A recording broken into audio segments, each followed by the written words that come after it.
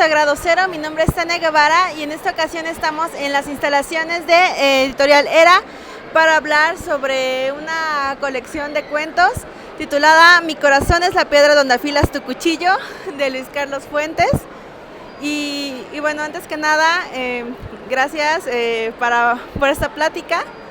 Y bueno, claro, en la primera página está el poema o el poema de donde sale este título.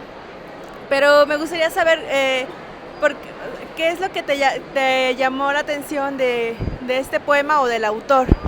Bueno, primero que nada, gracias a ti por esta plática. Ese poema es de Luz América Alvarado, una muy buena amiga mía y muy buena poeta. Y el último verso de ese poema en concreto dice: mi corazón nunca será piedra para afilar cuchillos. Yo lo que hice fue primero robarle la frase. No, se la pedí, me la regaló. No, y le di el giro. En lugar de decir mi corazón nunca será piedras, yo le puse, no, mi corazón es la piedra donde afilas tu cuchillo. Que tiene muchas referencias el título, primero a ese poema, ¿no? Que el poema, pues un poema de amor, habla del sufrimiento y del aguante, etcétera. A mí me gusta mucho este título para este libro porque tiene esa doble connotación. Uno, el lado literal de que es una imagen de un cuchillo en un corazón, o sea, violencia, sangre, asesinatos, muerte, que son temas que están incluidos en el libro. Pero y tiene el otro lado, que es el lado, digamos, romántico, ¿no? Porque puede tomarse la metáfora de que vienes aquí, me haces sufrir y luego te vas allá. Ajá. Que tiene que ver con las relaciones humanas. Entonces, el título creo que tiene esa doble lectura, que es un poco la lectura, la intención con estos textos también, que tengan esa doble, digamos, dimensión. Uno, la parte muy realista, que aborda las relaciones humanas, cotidianas, entre padres e hijos, entre hermanos, entre cónyuges, y que además tiene la otra parte fantástica, horrorosa, esa parte donde realmente salen los monstruos de lo humano, ¿no? Las bajas pasiones, los instintos, todo eso que nos ata al reino animal y que a final de cuentas es lo que hace el drama humano, ¿no? Claro, y es precisamente ese contraste que hace como una buena fuente de atracción, porque yo, de hecho, yo leí ese título y dije, qué azotado, ¿no? O sea, dije, bueno, a ver esto de qué va. Y luego la primera página que haces el poema, dices, bueno, entonces no va por ahí. Ajá. Y bueno, leí algunos de tus cuentos y es muy divertido la forma en la que manejas. Bueno, hay uno que no es divertido, el de serás el mejor padre del mundo, voy a ser el mejor padre. Ese sí, no, nada que ver. Pero estaba pensando como en el primero y en de la florecita rockera, los protagonistas, bueno, los personajes principales son mujeres y haces este juego que en donde, claro, por una parte está involucrado un sentimiento, un interés, y luego ves fantasía y algo totalmente real. Y bueno, en el primer cuento de, ahorita no recuerdo bien el título, Aleika, ¿cómo pensaste en este personaje de Aleika? Porque es un personaje muy curioso y al mismo tiempo muy interesante, o sea, el giro que das yo no me lo esperaba, entonces, ¿si puedes contarnos de este personaje? Claro que sí. Bueno, mira, primero que mencionabas esos dos cuentos, no lo había notado, pero sí, es verdad, las dos mujeres tienen esa parte humana y la otra parte animal o vegetal, claro, ¿no? Es decir, es como si se desdoblara en otra cosa para sacar esa otra esencia, ¿no? Este personaje de Aleika, lo primero que pensé es que es algo que pues todos conocemos aquí en México, todos hemos oído la historia del que tenía una solitaria de 5 metros en la de 15 metros y demás, ¿no? O del que le picó la araña y se le crecieron los huevos adentro de la piel y luego salieron. Ese tipo de cosas siempre ha estado. En manuales de medicina antiguos dicen que en tal año hubo el caso de alguien que se comió una rana y se le criaron adentro, ¿no? Eso es muy común. Y después, bueno, ya si lo empleamos a las mitologías de cada región, siempre hay alguna persona, deidad o ser mitológico que es mitad animal.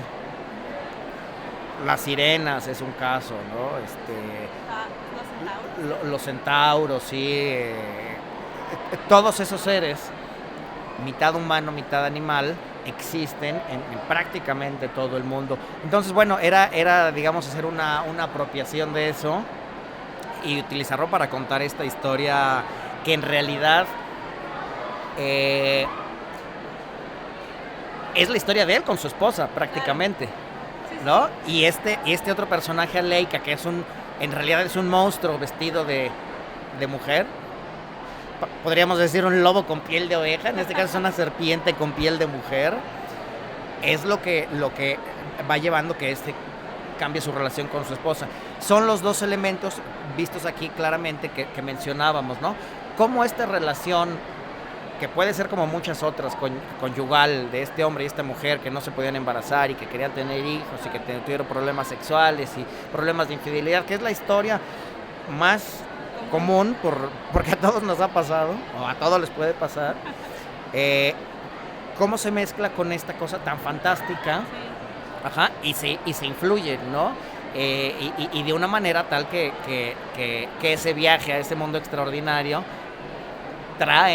tiene esas consecuencias, trae el elixir, digamos, para hablar en términos del viaje del héroe, trae el elixir al mundo ordinario, ¿no? Que es esa vida cotidiana de pareja.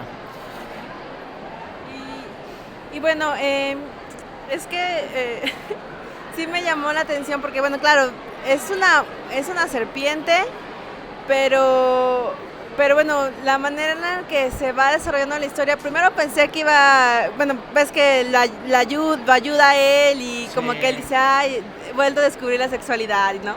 Entonces dije, bueno, esta historia quizá va como por ese lado de repensar no sé, la fidelidad o las relaciones maritales, y de momento él dice, no, ya, a mí no me vas a chantajear, ¿no? Y agarra esta fortaleza que es casi del mismo modo que el otro personaje que también es el narrador de la historia de la florecita rockera, que también dice, bueno, esto ya no me está gustando, hasta aquí llegó mi paciencia, y explota, y es cuando ambos personajes ponen un límite, que se ve la parte que tú dices, la parte mágica. Y bueno, ¿tú cómo planeas o cómo seleccionas los personajes para tus historias? Es muy instintivo, yo lo dejo que fluya como tenga que salir, y ya después, bueno, viene el retrabajo, la reescritura, donde se van puliendo. Pero sí procuro, cuando escribo narrativa, dejar que salga, digamos, hacer una especie de examen de conciencia, hurgar en el subconsciente y ver qué surge. Y bueno, después ya me doy cuenta que hay personajes, sí, no son iguales, pero son parecidos, por ejemplo, decíamos estas dos mujeres, ¿no? La mujer serpiente y la mujer planta, ¿no? Y luego hay otros personajes que se pueden así ver también como caras de la misma moneda, ¿no? Entonces, ¿cómo surgen? Yo creo que surgen de buscar en ese subconsciente. Es decir, todos traemos nuestros traumas, nuestros recuerdos, nuestras ideas, nuestras fantasías, y la escritura es una buena manera de sacarlo. Ahora, lo interesante es, una vez que puedes hurgar en ese baúl de materia prima que es el subconsciente propio, ya es cuando viene el trabajo para poderle dar una forma que a todos les comunique algo, que tenga sentido para cualquier persona que lo lea, y no solo para mí. La diferencia de escribir narrativa y, por ejemplo, un sueño, es que un sueño te puede decir mucho a ti, porque tú lo tienes, tú lo interpretas, tú sabes qué significa, y puedes tener miedo con algo que al contarlo dices, eso no da miedo. Puedes conmoverte con algo que dices, ¿y eso qué?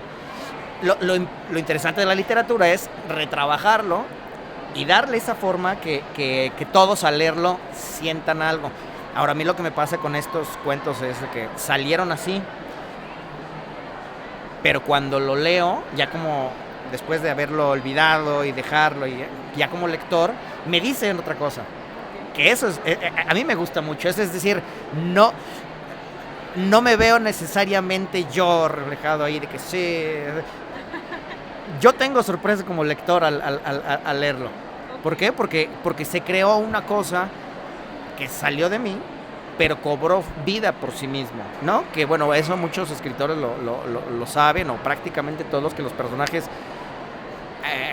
acaban por vivir, acaban por tener su independencia fuera de la propia cabeza. Entonces, supongo que quizás es lo que pasa con los hijos.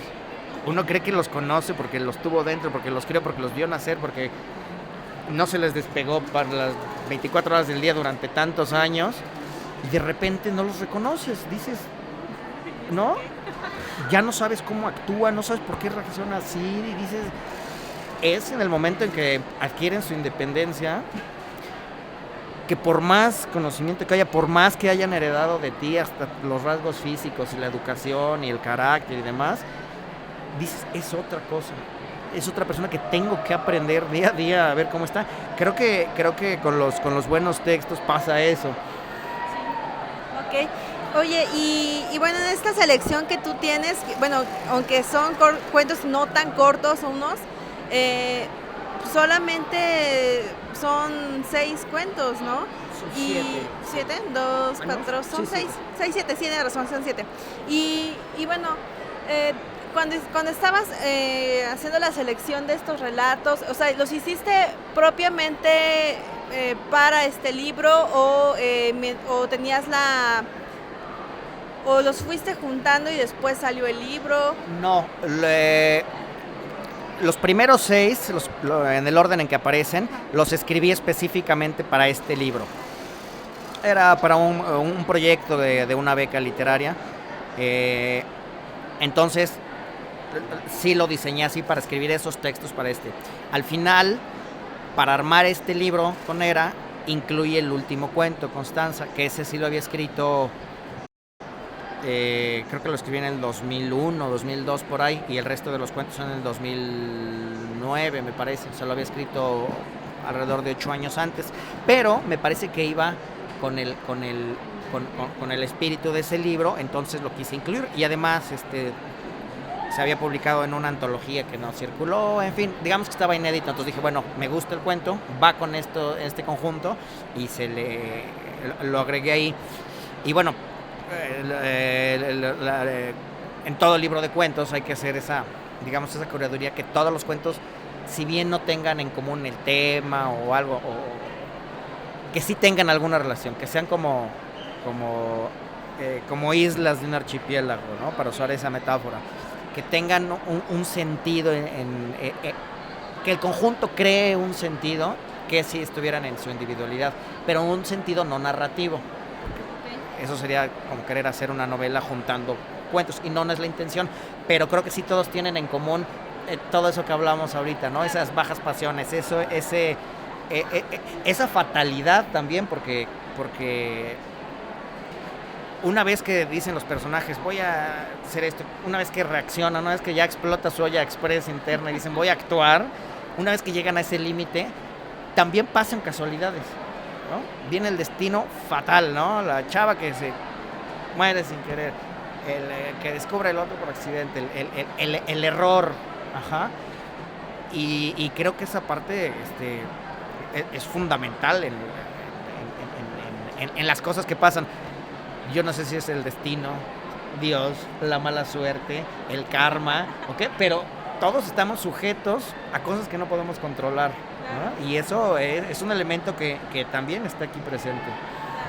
Oye, y ahorita que estabas mencionando lo de, bueno, hace rato que estabas diciendo de los sueños, este cuento de la cerveza, Bueno, yo sé que bueno, el cuento termina como, bueno, ya eso no me voy a enterar yo si pasa, cuando está pensando en que posiblemente su mamá muera pronto. Sí. Pero a mí sí me gustaría saber, bueno, si quieres contarlo, si lo has pensado, eh, ¿qué pasaría con esa historia? Porque para empezar se me hizo muy curioso esta posesión del cuerpo. Ajá. Y yo no sé si era como un demonio, solo un espíritu. O sea, esa parte no me quedó muy clara, como si fuera el papá, ¿no? Sí. Y la manera en la que el papá intenta dar mensajes, bueno, eso también se me hizo muy interesante, pero ya al final, cuando pones, bueno, él dice, yo la quería y, o sea, ¿por qué nos destruiste, no? O sea, yo la quería a ella me quería a mí, pero yo no sé si realmente ella lo quería a él, sino que pensaba que era su esposo, ¿no? Sí, exacto. En ese cuento todos los personajes están suplantados, creen que están con alguien, están con otra persona, creen que quieren una cosa y en realidad y todos se engañan a sí mismos, ¿no? Eso que decías, ¿quién posee ese cuerpo? No es un demonio, es un espíritu de otra persona que abandonó su cuerpo y fue ahí, ¿no? Por ese lado está interesante porque siempre hay posesiones demoníacas, pero en este caso es una posesión de otra persona, ¿no? Que agarra ese cuerpo y dice, de aquí no me sacan, ¿no? Tú me lo diste, bueno, pues ahora me quedo. Y sí, efectivamente, el papá cree que quería otra vida y luego ve que no es lo que quería. La mamá cree que lo quiere a él, pero en realidad está con el otro. El suplantador cree que lo quieren a él, pero en realidad la mamá quiere al otro, ¿no? El hijo nunca se dice, pero en realidad el hijo hace lo que el papá, o sea, al querer, al vivir en ese otro mundo, al conocerlo y decir es maravilloso ese mundo, está haciendo lo que el papá hizo años antes, ¿no? Y entonces él no lo acepta, pero está haciendo lo mismo, también se está engañando, ¿no? Entonces se hace toda esa relación ahí. Ya no que me preguntabas del final, qué pasaría y todo eso. No creo que sea final abierto, creo que sí es bastante claro de que, pues sí, la mamá se va a morir, va a ir a dar ahí y otra vez se van a pelear, ¿no? ¿Por qué? Porque el drama no termina. Van a seguir, no, que es mía, no, que tuya, no, que no. Digo, ya estando, ya podrían compartir los tres. Pero bueno, ya sabes que la gente no es tan compartida. Mío y ya, sí, en realidad ese es el final, dice, bueno, ya van a empezar, o sea, ya que habíamos encontrado la calma, así, otra vez, ¿no? Y bueno, quizá para terminar, me gustaría saber si estás trabajando más cuentos o estás trabajando una novela o qué estás haciendo ahorita. Sí, bueno, yo siempre estoy trabajando en el guión de cine y narrativa. Tengo una novela que estoy trabajando, sí, pero el cuento me jala mucho. No se puede dejar así nada más, que ahora voy a hacer otra cosa. Uno no domina sus filias y sus fobias. Quisiera sacar el año que entra otro libro de cuentos. No iguales, porque al final de cuentas este libro ya está. Hacer un libro igual no tiene caso. Pero sí me gustaría que fueran como una evolución de este libro, es decir, ese tipo de cosas, por ejemplo, ¿no? Aquí, en este libro, hay como la génesis de muchos problemas. ¿Qué pasaría, por ejemplo, llevando eso más adelante? Otras historias, ¿no? Una vez que los problemas ya pasaron, ¿cómo se vive la depresión post-problema, digamos, ¿no? ¿Cómo se lidia con el pasado, pero desde este punto, con esta combinación igual, ¿no? Realista, fantástico, que bueno, eso tampoco lo puedo evitar, ¿no?